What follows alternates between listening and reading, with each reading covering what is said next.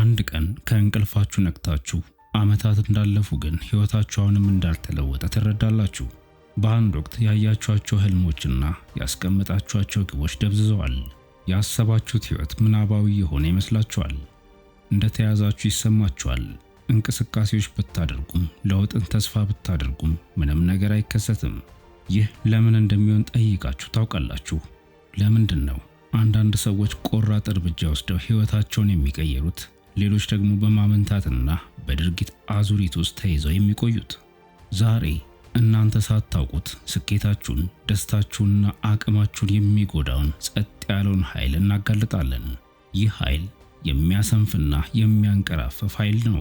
ሕይወት ወደፊት እየሄደ ባለበት ጊዜ እንድትቆሙ የሚያደርግ ልምድ። እናንተ ማድረግ እንዳለባችሁ የምታምኑትን ለውጦች እንዳታደርጉ የሚከለክለው ስውር የማይታይ ወጥመድ ነው እና በጣም መጥፎው ክፍል አብዛኛው ሰው ከሱ አይላቀቅም፣ ግን እናንተ ታደርጉታላችሁ። በዚህ ቪዲዮ መጨረሻ ስሜታዊነት ሕይወታችሁን እንዴት እንደሚቆጣጠረው ብቻ ሳይሆን ነፃ መውጣት የምትችሉበትን በጣም ኃይለኛውን መንገድም ታገኛላችሁ።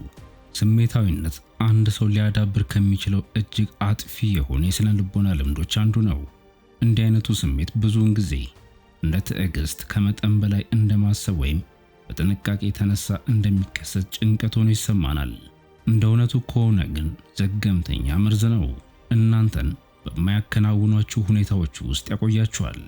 ፍርሃት ውሳኔዎቻችሁን እንዲይዝ ይፈቅዳል። መጠበቅ በጣም ጥሩ አማራጭ እንደሆነ ያሳምናችኋል። በጥልቀት መመልከት ስትጀምሩ እርምጃ መውሰድ ለመቀጠል ብቸኛው አማራጭ መሆኑን ታውቃላችሁ። ግን ይህ መንቀራፈፍ፣ ማመንታት ወይም መዘግየት ከየት ነው የሚመጣው? ለምንድን ነው አንዳንድ ሰዎች በሕይወታቸው ውስጥ ወደፊት የሚከንፉት፣ ሌሎች ደግሞ ባሉበት ሆነው የሚቆዩት? አስፈላጊውን እርምጃስ መውሰድ ያልቻሉት ለምንድን ነው? የሥነ ልቦና ባለሙያዎች ይህን ክስተት ለብዙ አስርተ ዓመታት አጥንተዋል እና በጣም ከሚታወቁት ማብራሪያዎች አንዱ ከአዎንታዊ የሥነ ልቦና አባት ከማርቲን ሴሊግማን የመጣ ነው። ሰዎች በጊዜ ሂደት እንዴት አቅመ ቢስነትን እንደሚያዳብሩ አስተምሯል። ይህ የሥነ ልቦና ባለሙያ ጥናቱን ውሾች ላይ ነበር ያካሄደው። የሥነ ልቦና ባለሙያው ማርቲን ሴሊግማን ከታዋቂ ሙከራዎቹ በአንዱ ላይ እንስሳት መቆጣጠር ለማይችሉት ተደጋጋሚ አሉታዊ ገጠመኞች እንዴት ምላሽ እንደሚሰጡ አጥንቷል። ውሾቹ በመጀመሪያ ማምለጥ ወይም ማቆም የማይችሉትን የኤሌክትሪክ ንዝረት በሚጋፈጡበት ሁኔታ ውስጥ እንዲሆኑ ተደረጉ። ይህም ድርጊት ለትንሽ ጊዜ ከተደረገባቸው በኋላ ውሾቹ ለማምለጥ ያደረጉት ሙከራ ለውጥ እንዳላመጣ ተረዱ። በኋላ ላይ ለማምለጥ እድል ሲሰጣቸው ብዙዎቹ ለማምለጥ አልሞከሩም፣ ምንም ቢያደርጉ ህመሙን ማስወገድ እንደማይችሉ ተረድተዋልና። ስለዚህ መሞከርን ትተዋል። ይህም አቅመ ቢስ መሆንን መማር ነው። ይህ ሙከራ ከቁጥጥር ውጪ ለሆኑ አሉታዊ ክስተቶች ተደጋጋሚ መጋለጥ እንዴት የኃይል ማጣት ስሜት እንደሚፈጥር አሳይቷል። ተመሳሳይ መርህ በሰዎች ላይ ይሰራል። ተደጋጋሚ ውድቀት፣ መገለል ወይም ተስፋ መቁረጥ ሲያጋጥመን ጥረታችን ምንም ትርጉም እንደሌለው ማመን እንጀምራለን። ይህ እምነት ወደ አስተሳሰባችን ውስጥ ዘልቆ ይገባል፣ ባህሪያችንንና በመጨረሻም የእኛን እውነታ ይቀርጻል። ነገር ግን ውድቀት ለሥራ ላለመነሳሳት ብቸኛው መንስኤ አይደለም። እንደ እውነቱ ከሆነ በጣም አደገኛ ከሆኑ ምክንያቶች አንዱ በጣም ስውር የሆነ ነገር ነው። እሱም ምቾት ነው። ምንም እንኳን ደስተኛ ባያደርጋችሁም ከተለመደው ነገር ጋር መጣበቅ ቀላል ነው። ይህም የሆነው የሰው አንጎል ደህንነትንና ትንበያን ስለሚመርጥ ነው። በጥንት ጊዜ ይህ ቅድመ አያቶቻችን ከአደጋ በመራቅ እንዲተርፉ ረድቷቸዋል። ነገር ግን ዛሬ ባለው ዓለም ይህ በደመነፍስ መመራት ወደ ኋላ ሊወስደን ይችላል። ይህም ለውጥ ሕይወታችንን ሊያሻሽል በሚችልበት ጊዜ እንኳ ከለውጥ እንድንርቅ ያደርገናል። ምንም እንኳን ደስተኛ ባያደርገንም በለመድነው ነገር መመላለስን እንወዳለን። ጊዜው ግን ይቀጥላል። ቀናት ወደ ሳምንታት፣ ከዚያም ወደ ዓመታት እና በድንገት አንድ ቀን ስንነቃ የምንፈልገውን ለውጥ እንዳላደረግን እንገነዘባለን። ለሥራ ፍላጎት ማጣት፣ ተነሳሽ ያለመሆን ወይም የመዘግየት እውነተኛው አደጋ እንደ ችግር አለመሰማቱ ነው። ግልጽ ማስጠንቀቂያዎች አይሰጠንም። ይልቁንም ብዙ ጊዜ እንዳለን እንድናስብ፣ ነገ መጀመር እንደምንችል ወይም ትክክለኛውን ጊዜ መጠበቅ እንዳለብን እንድናስብ ያታልለናል። እውነታው ግን ለመጀመር ምንም ትክክለኛ ጊዜ የለም። በጠበቅን ቁጥር እርምጃ ለመውሰድ አስቸጋሪ ይሆናል። ለውጥ ለማድረግ በጣም ጥሩ ጊዜ አሁን ነው። ግን አንድ እርምጃ ወደ ኋላ እንመለስና ጠለቅ ያለ ጥያቄ እንጠይቅ። ትክክለኛው የሥራ ፍላጎት ማጣት፣ ተነሳሽ አለመሆን ወይም የመዘግየት ጉዳቱ ምን ያህል ነው? ማመንታትና አለማድረግ ሕይወታችንን እንዲቆጣጠሩ ስንፈቅድ ምን ይሆናል? ቪክቶር ፍራንክል የሥነ አእምሮ ሐኪም ለዚህ ጥያቄ የሰው ትርጉምን ፍለጋ በተባለው መጽሐፋቸው ላይ ጥልቅ መልስ ሰጥተዋል። የሰው ልጅ ዋና ተነሳሽነት ደስታ አይደለም ሲሉም ተከራክረዋል። ሲግመንድ ፍሮይድ እንደገለጸው የሰው ልጅ ዋነኛ የተነሳሽነት መንፈስ ደስታ አይደለም ብሏል። ፍሬድሪክ ኒች እንዳመነው ኃይልም አይደለም፣ ይልቁንስ ቪክቶር ፍራንክል እንዳለው የህይወት ትርጉም ነው። ሰዎች የህይወት ትርጉም ሲያጡ ባዶነትና መቀዝቀዝ ውስጥ ተይዘው ያለ ዓላማ ይንከራተታሉ። እና የህይወትን ትርጉም የሚያበላሸው ደግሞ ማመንታት ወይም መዘግየት ነው። እስቲ አስቡት፣ ለመጨረሻ ጊዜ እውነተኛ ህይወት የተሰማችሁ ጊዜ መቼ ነበር? በማመንታት በመጠበቅና ፈተናዎችን በመሸሽ ጊዜ ነበር? ወይስ ከምቾት ክልላችሁ ወጥታችሁ እምነት ኑሯችሁ ትርጉም ያለው ነገር ስትተክሉ ነበር?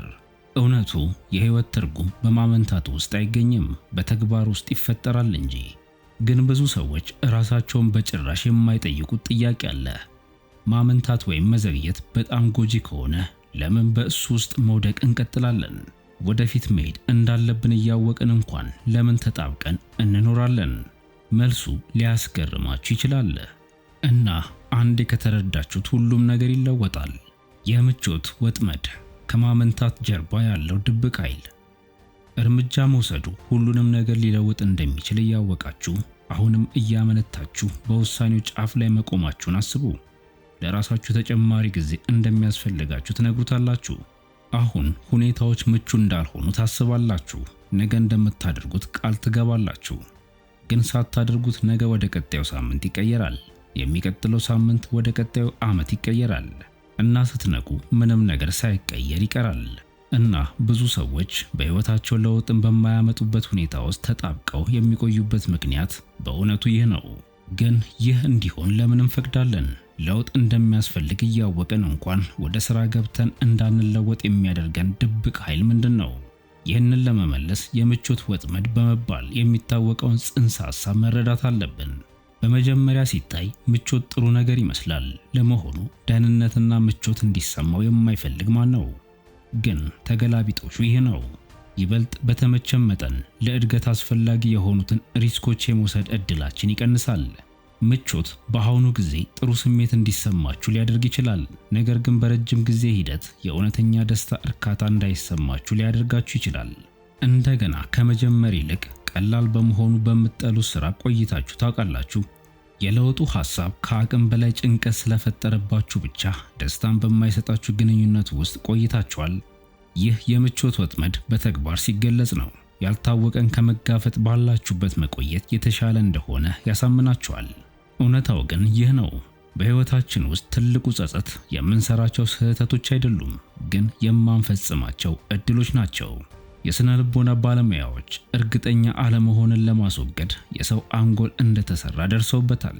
ቅድመ አያቶቻችን ሕይወታቸውን አደጋ ላይ ሊጥሉ የሚችሉ አደጋዎችን በማስወገድ በሕይወት ለመትረፍ በግምት ላይ ተመርኩዘዋል። ነገር ግን በዘመናዊው ዓለም ይህ የደመነፍስ ውሳኔ ወደ ኋላ ነው የሚተኩሰው። እኛን ከመጠበቅ ይልቅ ወደ ኋላ ያስቀረናል። አደጋን ከማስወገድ ይልቅ ዕድልን ያስወግዳል። ግን ጨካኙ እውነታ ይህ ነው። ምቾትን በመጠበቅ ታላቅነትን ያገኘ ማንም የለም። ጉልህ የሆነ ነገር ያከናወነ እያንዳንዱ ሰው አለመመቸትን፣ እርግጠኛ አለመሆንንና ፍርሃትን መጋፈጥ ነበረበት። በተሳካላቸውና ከምቾታቸው ጋር ተጣብቀው በቀሩት መካከል ያለው ልዩነት ብልህነት፣ ችሎታ ወይም ዕድል አይደለም። ያለ ፍርሃት እርምጃ ለመውሰድ ፈቃደኛ መሆን ነው። ከማመንታት ወይም መዘግየት እንዴት መላቀቅ እንደሚቻል ይህ ከሁሉም በጣም አስፈላጊ ከሆኑት ጥያቄዎች ወደ አንዱ ያመጣናል። እንዴት ነው ከጠባቂነት ስሜት መላቀቅ የሚቻለው? እንዴትስ መጠበቅ አቁማችሁ መንቀሳቀስ ትጀምራላችሁ? በጣም ኃይለኛ ከሆኑ ስልቶች አንዱ ከደራሲ ከሜል ሮቢንስ የተገኘው ስልት ነው። የ5 ሰከንድ ሕግ የሚባል ቀላል ሆኖም በጣም ውጤታማ ዘዴ። ደንቡ ቀላል ነው። ግብ ላይ እርምጃ ለመውሰድ ፍላጎት ሲሰማችሁ 5 4 3 2 1 ብላችሁ ቁጠሩ። ከዚያ ተንቀሳቀሱ የሚል። አእምሯችሁን ለማመንታት ጊዜ አትስጡት።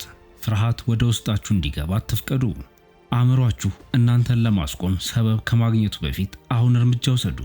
ይሄ ዘዴ የሚሰራው ከመጠን በላይ የማሰብ ዑደትን ስለሚያስተጓጉልና ወደ ተግባር እንድትገቡ ስለሚያደርግ ነው። ሌላው ወሳኝ ስልት ትኩረታችሁን ከተነሳሽነት ወደ ዲሲፕሊን መቀየር ነው። ብዙ ሰዎች እርምጃ ከመውሰዳቸው በፊት ዝግጁ መሆናቸው እንዲሰማቸው ይጠብቃሉ። እውነታው ግን ይህ ነው። ተነሳሽነት ወይም ሞቲቬሽን አስተማማኝ አይደለም። ይመጣል ይሄዳል እና በእሱ ላይ ከተመሰረታችሁ የማያቋርጥ እርምጃ ለመውሰድ ሁልጊዜ ትፈተናላችሁ። ዲሲፕሊን ደግሞ እውነተኛ ለውጥን የሚፈጥረው ነው። ዲሲፕሊን ማለት መደረግ ያለበትን ማድረግ ማለት ነው፣ ምንም እንኳን ባይጥማችሁም። በስሜታችሁ ሳይሆን በዓላማችሁ ላይ ተመርኩዛችሁ ውሳኔ ማድረግ ማለት ነው። የአቶሚክ ልማዶች ደራሲ ጄምስ ክሊር ይህንን በትክክል ያስረዳል። ስኬት በአንድ ጀንበር መጠነ ሰፊ ለውጦችን ማድረግ አይደለም ብሏል። ስኬት በጊዜ ሂደት ጥቃቅንና ተከታታይ ድርጊቶችን ስለመፈጸም ነው። በየቀኑ በ1% ብቻ ከተሻሻላችሁ እነዚያ ጥቃቅን ማሻሻያዎች ይደባለቃሉ፣ ወደ ያልተለመደ ውጤት ይመራሉ። የማመንታት ችግር በተቃራኒው አቅጣጫ ይሰራል። ትንንሽ የማቅማማትና የመዘግየት ጊዜያትም ውህድ ናቸው፣ ወደ ጸጸትም ይመራሉ። የማመንታት ስውር መንገዶች ሕይወታችሁን ይቆጣጠራሉ። ግን አብዛኛው ሰው በጭራሽ የማያስበው ነገር አለ። ማመንታት ስለ ዋና ዋና የሕይወት ምርጫዎች ብቻ አይደለም፣ በትንንሽ የዕለት ተዕለት ድርጊቶችም ይታያል። ባመነታችሁ፣ ባዘገያችሁ ወይም እርምጃን ባራቃችሁ ቁጥር ማመንታትን ወይም መዘግየትን እንደ ልማድ እያጠናከራችሁ ነው።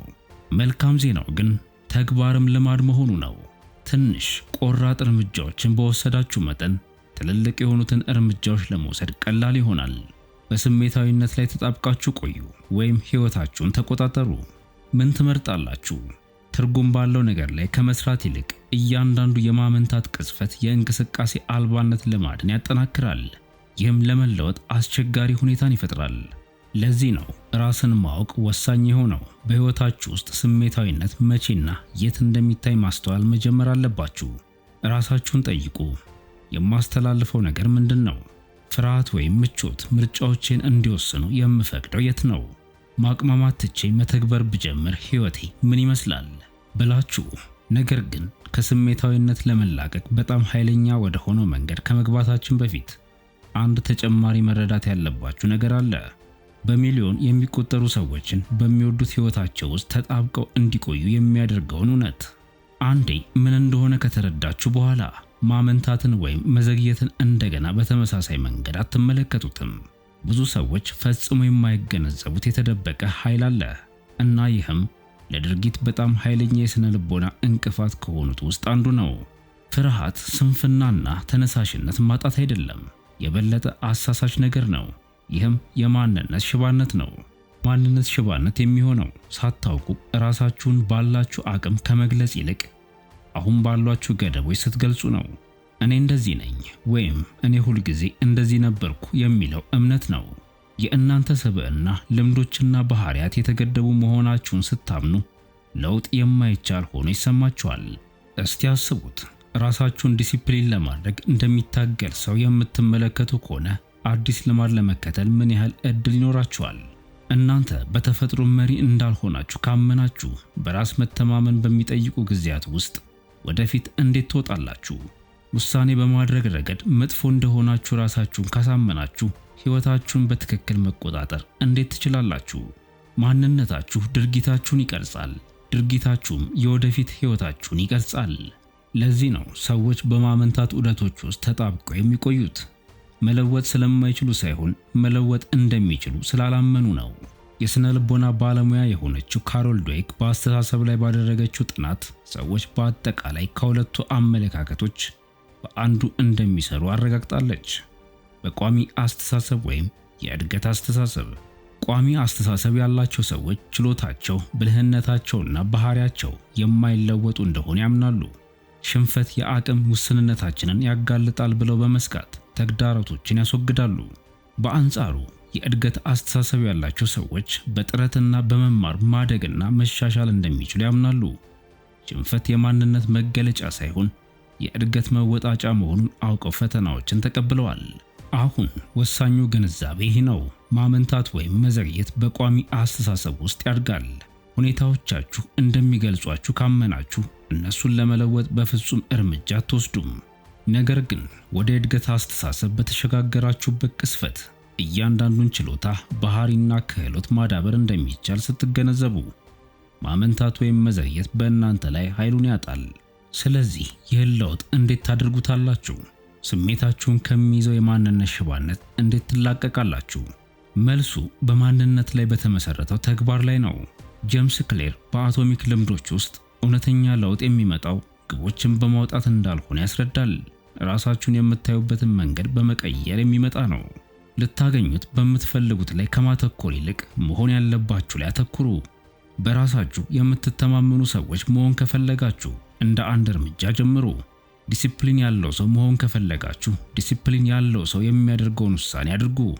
የምትወስዱት እያንዳንዱ እርምጃ ለምትሆኑት ሰው ድምጽ ነው። ለዚህ ነው ከተነሳሽነት በፊት እርምጃ መምጣት ያለበት። ብዙ ሰዎች እርምጃ ከመውሰዳቸው በፊት ዝግጁ እንደሆኑ ሊሰማቸው እንደሚገባ ያምናሉ። እውነታው ግን እርምጃ ራሱ ተነሳሽነትን ይፈጥራል። ትንሹን እርምጃ እንኳን ወደፊት ስትወስዱ ማንነታችሁን ትቀይራላችሁ። ራሳችሁን በተለየ መንገድ ማየት ትጀምራላችሁ እና ያ ለውጥ አንዴ ከተፈጠረ ፍጥነቱ ይጨምራል። ግን ለዚህ አንድ ተጨማሪ መደረብ ያለበት ነገር አለ። ስሜታዊነት በአስተሳሰብ ላይ ወይም በማንነት ላይ ብቻ የተመሰረተ ሳይሆን በስሜታዊ ተቃውሞም ጭምር ነው። ብዙ ሰዎች ከቀደመው ነገራቸው ጋር ተጣብቀው ይቆያሉ። ምክንያቱ ደግሞ እርምጃ መውሰድ ትልቅ ስሜታዊ ምቾት ማጣትን ስለሚያስከትል ነው። ምናልባት ውድቀትን መፍራት ሊሆን ይችላል። ምናልባት ፍርድን መፍራት ሊሆን ይችላል። ምናልባት የራሳችሁን አሮጌ ስሪት ትቶ የመሄድ ፍርሃት ሊሆን ይችላል። የነርቭ ሳይንቲስቶች አእምሮ አካላዊ ስጋቶችን በሚይዝበት መንገድ የስነ ልቦና ስጋቶችን እንደሚይዝ ደርሰውበታል። ከምቾት ቀጠናችሁ ውጪ ለመውጣት ስታስቡ አእምሯችሁ እንደ አደጋ ይገነዘበዋል እና አሚግዳሊንን ይቀሰቅሰዋል። ይህም ለፍርሃትና ለመዳን በደመነፍስ ተጠያቂ የሆነውን ክፍል ነው። ለዚህም ነው እርምጃ መውሰድ ብዙውን ጊዜ በጣም ከባድ ሆኖ የሚሰማው። አእምሯችሁ እናንተን ለማበላሸት እየሞከረ አይደለም፣ እናንተን ከጥርጣሬ ለመጠበቅ እየሞከረ ነው። ቁልፉ ግን ይህ ነው። እርምጃ ለመውሰድ ፍርሃትን ማስወገድ አያስፈልግም። ፍርሃት እያለ እርምጃ በወሰዳችሁ ቁጥር አእምሯችሁን እንደገና ታስተካክሉታላችሁ። ምቾት ማጣት ስጋት እንዳልሆነ አእምሯችሁን ታስተምሩታላችሁ። የነርቭ ሳይንቲስቶች ስነ ልቦናዊ ተለዋዋጭነት ብለው የሚጠሩትን ትገነባላችሁ። ሙሉ በሙሉ ዝግጁ ባትሆኑም እንኳ ወደፊት የመሄድ ችሎታን ማለት ነው። እና ይህን የበለጠ ባደረጋችሁት መጠን የበለጠ ተፈጥሯዊ ይሆናል። ስለዚህ ስሜታዊነት በአስተሳሰብ በማንነትና በስሜታዊ ተቃውሞ ላይ የተመሰረተ ከሆነ ከሱ ለመላቀቅ የመጨረሻው መንገድ ምንድነው? መልሱ ቀላል ነው፣ ግን ብዙ ሰዎች በጭራሽ አይገነዘቡትም። እና አንዴ ካደረጋችሁት ሁሉም ነገር ይለወጣል። ከስሜታዊነት ለመላቀቅ የመጨረሻው መንገድ ስር ነቀል ኃላፊነትን መቀበል ነው። ስር ነቀል ኃላፊነት ማለት ሕይወታችሁ በእጃችሁ መሆኑ ሙሉ በሙሉ መቀበል ማለት ነው። ከእንግዲህ መጠበቅ የለም። ከእንግዲህ ሰበብ የለም። ማንም ሊያድናችሁ እንደማይመጣና የምታደርጉት ወይም ያላደረጋችሁት ምርጫ የወደፊት ዕጣችሁን እየቀረጸ መሆኑን መገንዘብ ማለት ነው። ሕይወት እንዲለወጥ መጠበቃችሁን አቁሙ። ሕይወታችሁን መለወጥ ትጀምራላችሁ። ግን ብዙ ሰዎች የሚሳሳቱበት ሁኔታ አለ። ኃላፊነትን መውሰድ ማለት ሁሉንም ነገር በአንድ ጊዜ መፍታት ማለት እንደሆነ ያምናሉ። እርምጃ ከመውሰዳቸው በፊት ፍጹም እቅድ፣ ሙሉ እምነትና ፍጹም እርግጠኝነት እንደሚያስፈልጋቸው ያስባሉ። ይህ ሌላው ጥመድ ነው።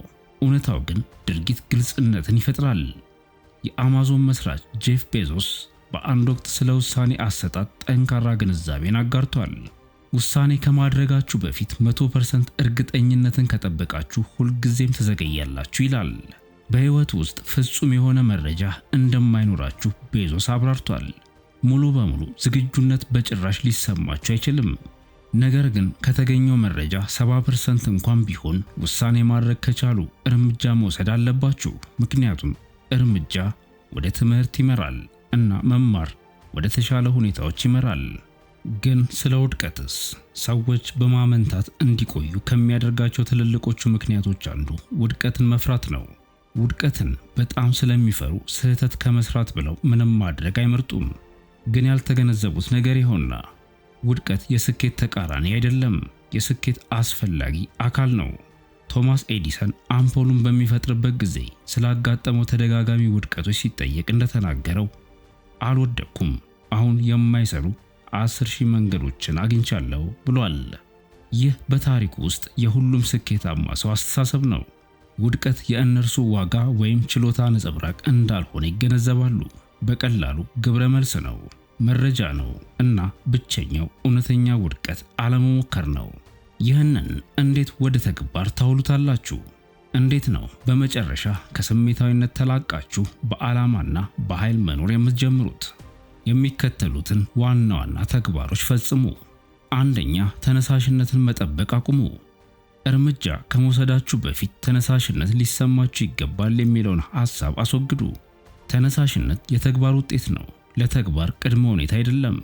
ዝግጁነት እንዲሰማችሁ ከመጠበቅ ይልቅ እርምጃን ለድርድር የማይቀርብ ልማድ አድርጉ። ሁለተኛ፣ ማንነታችሁን እንደገና ወስኑ። ራሳችሁን ከድርጊት ጋር እንደሚታገል ወይም ሁልጊዜ እንደማይለወጥ ሰው ራሳችሁን መጥራት አቁሙ። ያለፈው ጊዜያችሁ የወደፊታችሁን አይገልጽም። ዛሬ እናንተ የተግባር ሰው መሆናችሁን ወስኑ፣ ከዚያም በባህሪያችሁ አሳዩ። ሶስተኛ፣ ከእርምጃ የሚያግዷችሁን እንቅፋቶች ቀንሱ። ብዙ ሰዎች መጠነ ሰፊ እርምጃዎችን መውሰድ እንዳለባቸው ስለሚያምኑ ከእርምጃ ያመነታሉ። እውነታው ግን መሻሻል የሚመጣው ከጥቃቅንና ተከታታይ ድርጊቶች ነው። የሆነ ነገር ከአቅም በላይ ሆኖ ከተሰማችሁ ከፋፍሉት። አዲስ ፕሮጀክት መጀመር ይፈልጋሉ? በእሱ ላይ ለመስራት 5 ደቂቃዎችን ብቻ አሳልፉ። አዲስ ልማድ መገንባት ይፈልጋሉ? በጣም ቀላል ከሆነው ልማድ ጀምሩ። አራተኛ፣ በፍጥነት ውሳኔዎችን ለማድረግ ቃል መግባት። ከመጠን በላይ ማሰብ ለማመንታት ትልቅ አስተዋጽኦ ከሚያደርጉት አንዱ ነው። ባመነታችሁ ቁጥር የበለጠ ጥርጣሬና ፍርሃት ይቆጣጠራችኋል። ውሳኔ ሲያጋጥማችሁ ለመወሰን አጭር ክፍተት ስጡ። 1 ሰከንድ፣ 5 ደቂቃ ወይም 1 ቀን ቢሆንም እንኳ ውሳኔ ወስኑ። እርምጃ ውሰዱ፣ ወደፊት ቀጥሉ። ምክንያቱም በቀኑ መጨረሻ ሕይወት ለተግባር ሽልማት ይሰጣል። እድሎች አይጠብቁም፣ ጊዜ አይጠብቅም። የወደፊታችሁ ጊዜ የሚቀረጸው እናንተ በመረጣችሁት ምርጫ ነው። ስለዚህ ትክክለኛው ጥያቄ ቀጥሎ ምን ታደርጋላችሁ የሚለው ነው። መጠበቅ፣ ከመጠን በላይ ማሰብና ማመንታት ትቀጥላላችሁ ወይስ ቁጥጥሩን ወስዳችሁ ወደፊት ትሄዳላችሁ? ከዛም በእውነት የምትፈልጉትን ሕይወት መፍጠር ትጀምራላችሁ። ምርጫው የእናንተ ነው እና ይህ ምርጫ ከምንም ነገር በላይ የወደፊት ዕጣችሁን ይወስናል።